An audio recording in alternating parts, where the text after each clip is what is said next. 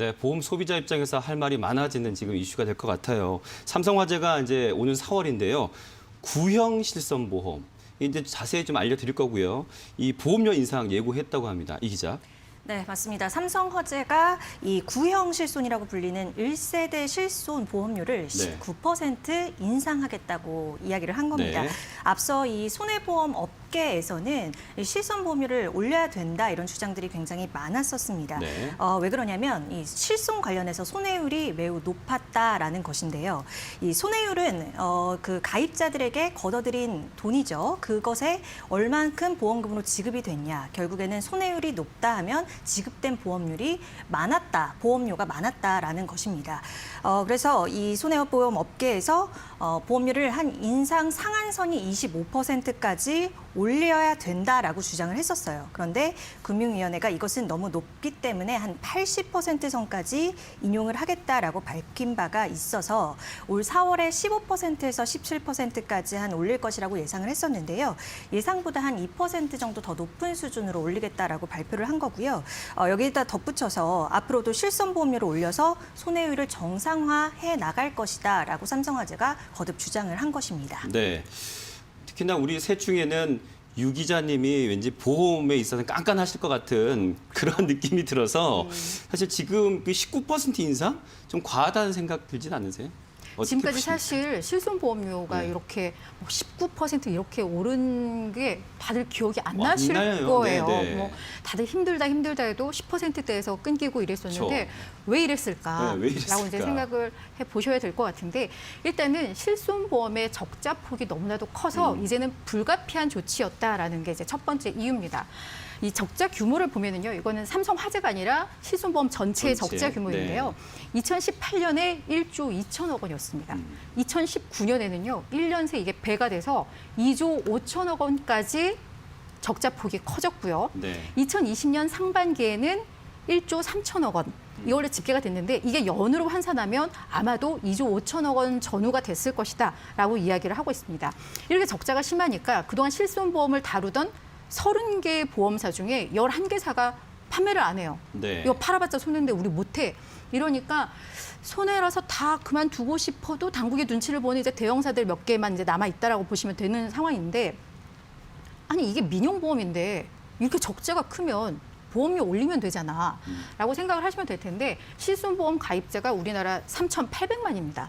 그러니까 이거는 거의 그냥 대부분 있다고 봐야죠. 국민보험이다 네, 네, 보니까 네. 정부에서 아무래도 가격 정책, 가격 결정에 입김을 많이 좀 내비쳤다라고 보시면 될 텐데 네. 근데 이제는 도저히 이걸 견딜 수가 없다 보니까 이제 삼성화재가 19% 인상을 가지고 온 것이고요. 네. 그러면 1등 업체가 19% 오르면 다른 회사들도 네. 다 줄줄이 올릴 거 올리겠죠. 아니야라고 네. 할 텐데 그럴 것 같지는 않습니다. 그래요?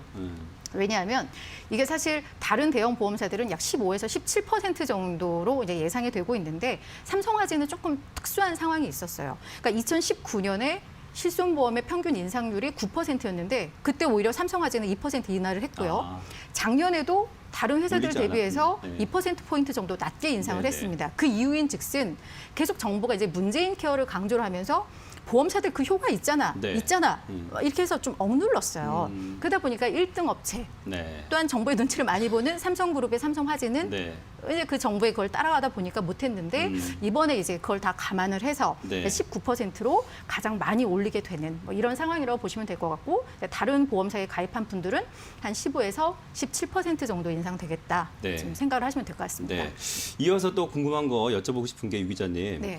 그 착한 뭐 실손이라고 표현하더라고요. 3세대. 네. 네. 착한 실손인지 아닌지 사실 또 사람마다 다 다를 수 있겠죠. 그렇죠? 네. 근데 어쨌든 지금 이 상황에 이 4세대 실손으로 갈아타야 될까? 이런 얘기가 나오면 분명히 아마 소비자들이 그런 생각하실 것 같아요. 그렇죠.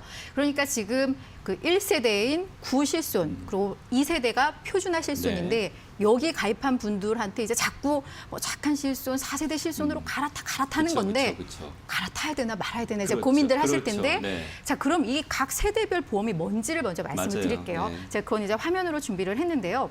뭐 연도별로 뭐 2009년 9월까지 판매한 게 구 실손보험인데요. 여기에 실손보험의 전체 가입자의 30%가 여기에 해당을 합니다. 네. 저도 구실손보험 가입자인데요. 아, 그래요? 네. 네, 헤라 기자도 기자님, 아마 네. 저는 부모님 지금, 통해서 네, 맞습니다. 그렇죠. 근데 1세대 보험이 뭐가 좋으냐 하면 자기 부담금이 없거나 그렇죠. 아주 작아요. 아주 한 작아요. 5천 원 정도. 한번 맞아요. 의료비에 네. 자기가 부담하는 돈이 5천 원 거의 없어요. 네. 게다가 급여 항목, 비급여 항목 다 보장을 받습니다. 맞아요. 그게 1세대고요. 2세대는 급여, 비급여 보장받는 건 다 같은데 자기 부담금이 약 10%예요. 병원에서 10만 원 의료비로 결제했으면 내가 한 1만 원 정도 내는 맞아요. 수준. 네. 근데 꽤 뭐 괜찮아요, 그 정도면. 여기에 네. 가입자 비중이 50%입니다. 그러니까 이 두 개 가입한 게 이제 80%고 네, 네. 이제 정부에서 계속 갈아타라고 막 이렇게 하는 게 이제 3세대와 4세대인데 자, 여러분.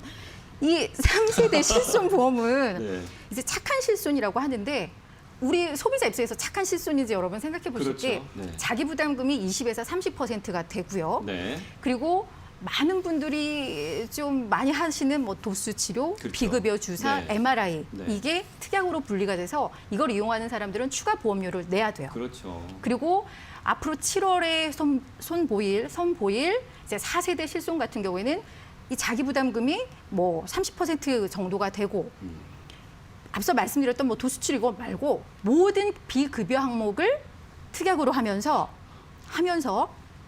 다만 많이 사용하면 할증, 네. 적게 사용하는 분은 할인이 돼요. 음. 이제 여기까지 이해를 하셨는데 할인율은 또 어떻게 될까요?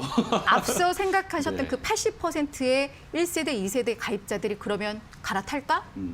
갈아타시겠어요? 저는 아닙니다. 갈아타시겠어요? 안 갈아타고. 바보나 갈아타는 거잖아요. 네. 이 보장이 얼마나 좋은데 1세대, 네, 2세대. 네. 그래서 지금까지는 보험업계 사람들한테도 이제 저도 보험을 출입하면서 네. 갈아타? 그러면 이상한 소리 하지 마.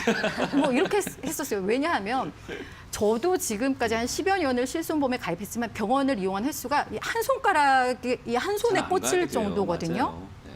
그러면 나는 보험료를 아끼려면 갈아타야 될 것 같은데 근데 이제 저는 30대에는 병원 갈 일이 없었지만 점점 이제 허리도 많아지겠죠? 아프고 네. 뭐 가슴도 답답하고 네, 이래요.